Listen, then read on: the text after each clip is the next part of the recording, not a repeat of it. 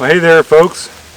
Garrett with Old Breed Outdoors here again, and I'm out here on a beautiful Sunday afternoon and enjoying our public spaces here, and wanted to take some time and do a review of the Tethrd tree saddle. So this is new to me this year. It was something I've been wanting to try out for quite some time, and just hadn't really had the opportunity to do it. So I bit the bullet this year and spent the money and got the full setup for the Tethrd tree saddle, and got the platform. Only thing I don't have is the sticks from them.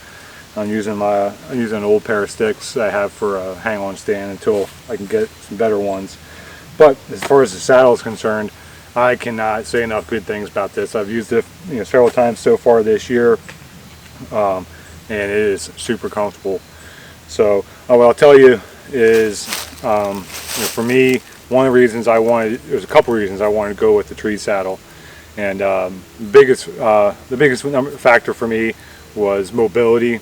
Hunting public land, sometimes it can be a little difficult finding a good place to set up in, and I don't like leaving a stand hanging anywhere out in the woods.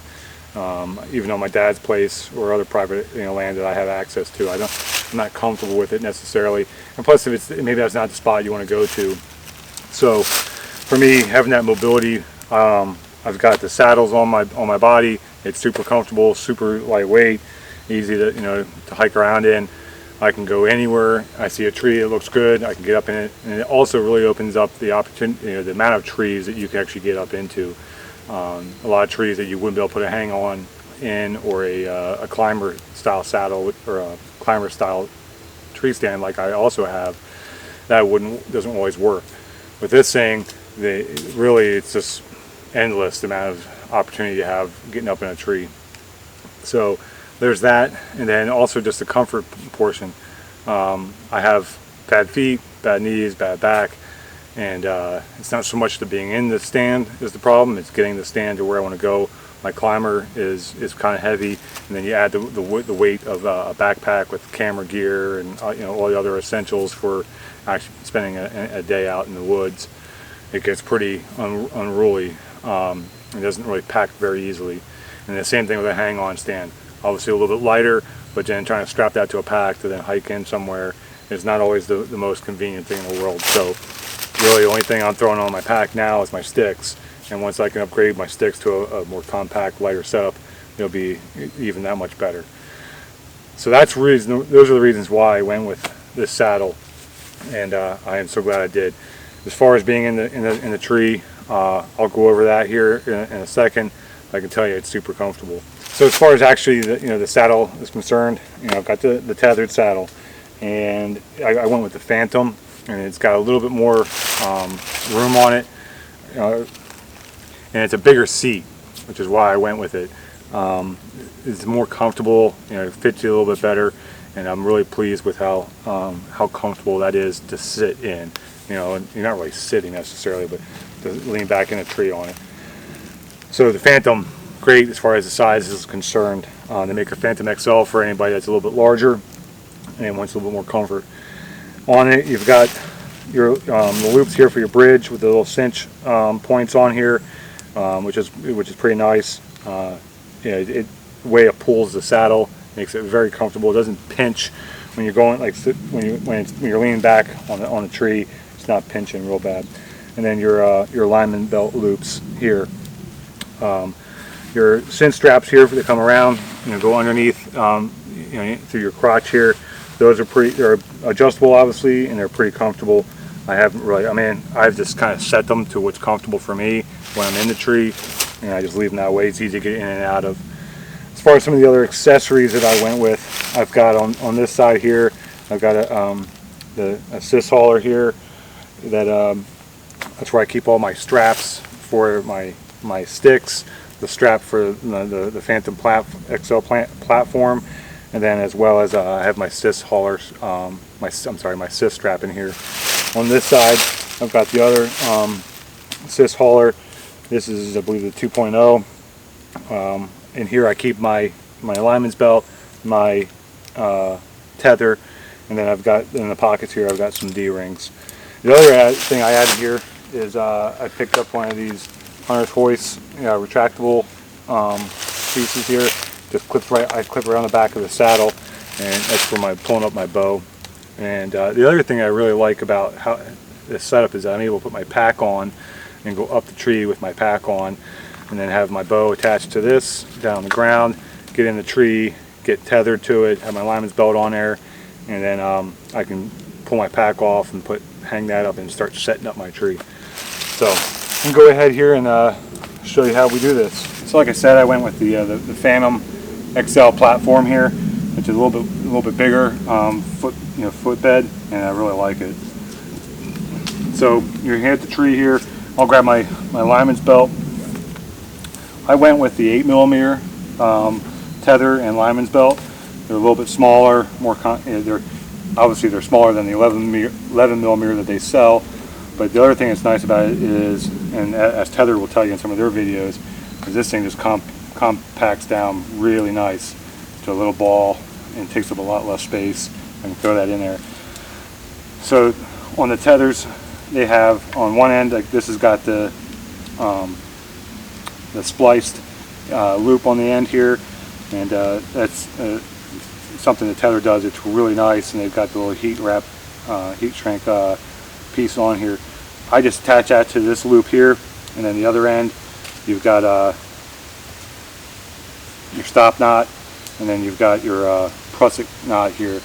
And you can get they have the Kong duck, which I'll show you. I have that for my tether. You can put that on here, but I have found that I don't really think I need it. I think I'm good with the prusik knot, and then with the D-ring here. This D-ring comes with the lineman's belt. So you put that around. Make sure you close the lock on that, and then this prusik knot, really easy to adjust. And make sure, and I'll tell you this too in all their videos and any other information, make sure that this thing is up higher. You don't want it down here, you want it up higher than your waist. So you can lean back here, now your hand's free, you can do whatever you need to do. So this thing's pretty nice, and you'll notice too, same thing with the bridge loops here. The way it pulls on the saddle here is super comfortable. So get up here. So I'm up on my platform here. You get up in the tree. Now you'll notice that I had that in my left side here. Now that I'm up in the tree, I can grab my tether, which is in the bottom of the pouch. And this, again, this is the 8mm. They have the 11mm as well. It's got the same, style loop on here that's all heat shrink here, and it's spliced into the rope, and very strong. And it also has a stop knot here at the bottom with the prusik knot. I upgraded here to the Kong duck here. I think this is great. I'll show you here in a second what was so nice about it. But it's like basically makes it one-handed for kind of adjusting your setup. But so once you get here, what I like to do is put it, so far what I have found is comfortable for me, put it here right about head height. So you just put your tether around, pass everything through it, cinch that down on the tree, and then connect your bridge, this piece here, which also has a prusik knot on it to adjust. Make sure you close the lock on there. And then for me, I like this a little bit longer. Is what I have found. I've messed around with it. I like it a little bit longer. It's a little too long. And that should look good. Tighten that down. Make sure you're good. Now that you're in the tree, you can undo your lineman's belt. Now I'll just take this, roll it back up, and then tuck that back in my sys hauler here. Close it down. Now that's out of the way. I don't have to worry about it. So now here I'm hanging off the tether. So this thing just makes it so nice. I can lean back here any which way I want. I like to kind of have my feet right about where on the heel of your boot. That edge is right there. That's about where I found it's comfortable for me, and you can just sit back and relax. What I was talking about with this Kong duck here, You can, well, pretty much one-handed. I just grab my tether, or you can grab the tree, but you can just grab your tether here and pull up and adjust it. Same thing on the back side here. I always kind of hold the tree on this if I'm coming down though, for a little bit more safety. There's a little loop here. I can pull that loop, adjust it down to where I want to be, and voila, I'm where I want to be. So pretty comfortable, can't complain about that. The other piece I have here that I mentioned is the assist strap, and pull that out. I've got all my stick straps in there right now, but I would have all of those, you know, how I would use them. So the straps are coming out as I'm going up with the sticks, and then at the bottom I've got my assist hauler here. I like to put this up a little high, put that up here, cinch this down, and what I have found, it works best for me because I'm a right-handed shooter, is I'll set this so that the tag end is on my right side, and then I can have a D-ring here I can put on for my pack. I can hang my pack handle off the side here, and about waist high, and it's out of my way.